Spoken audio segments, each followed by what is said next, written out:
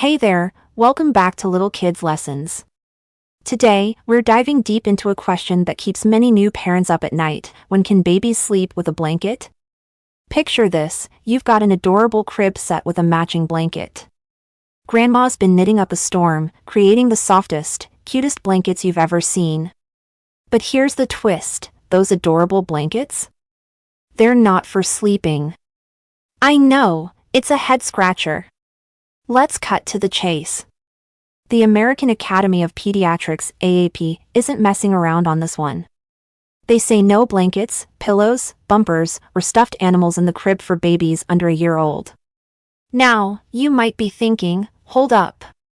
My parents used blankets with me, and I turned out fine. Well, folks, times change, and so does baby safety advice.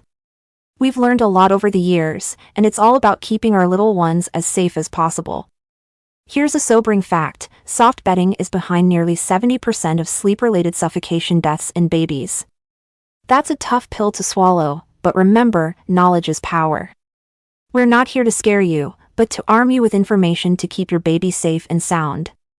So, why are blankets such a big no-no? Let's break it down. Number 1. Suffocation risk. Imagine your little wiggle worm squirming around and accidentally pulling that blanket over their face.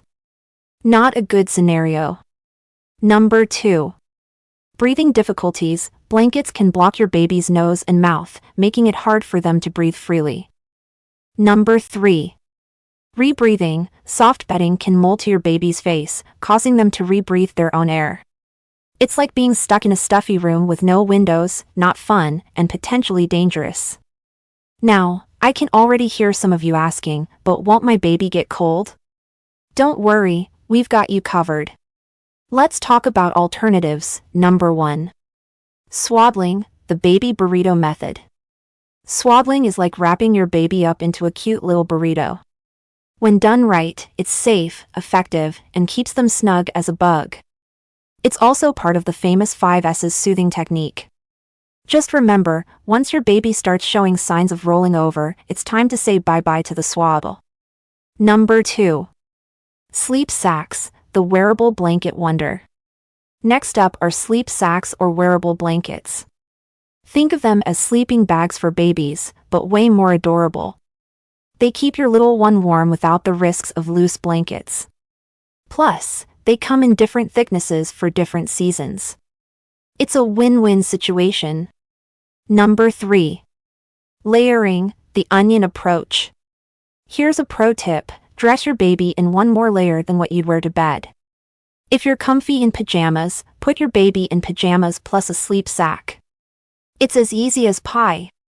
Now, let's talk about room temperature. You want to aim for the Goldilocks zone, not too hot, not too cold. The sweet spot is between 68 and 72 degrees Fahrenheit. Just right for your little bear. When can you finally use that blanket? The AAP says no loose blankets for the first year, but they don't give a specific green light age after that. Most experts suggest waiting until at least 18 months. But here's the funny part, your toddler probably won't keep the blanket on anyway. They're too busy practicing their Olympic-level gymnastics in the crib. Many parents stick with sleep sacks well into toddlerhood. Bonus, they make it harder for little escape artists to climb out of the crib. Before you introduce a blanket, have a chat with your pediatrician.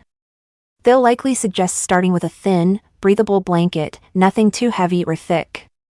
It's all about baby steps. That's all for today, awesome parents. If you found this helpful, don't forget to like, subscribe, and hit that notification bell. We're all in this parenting gig together, so drop a comment below with your favorite baby sleep tips.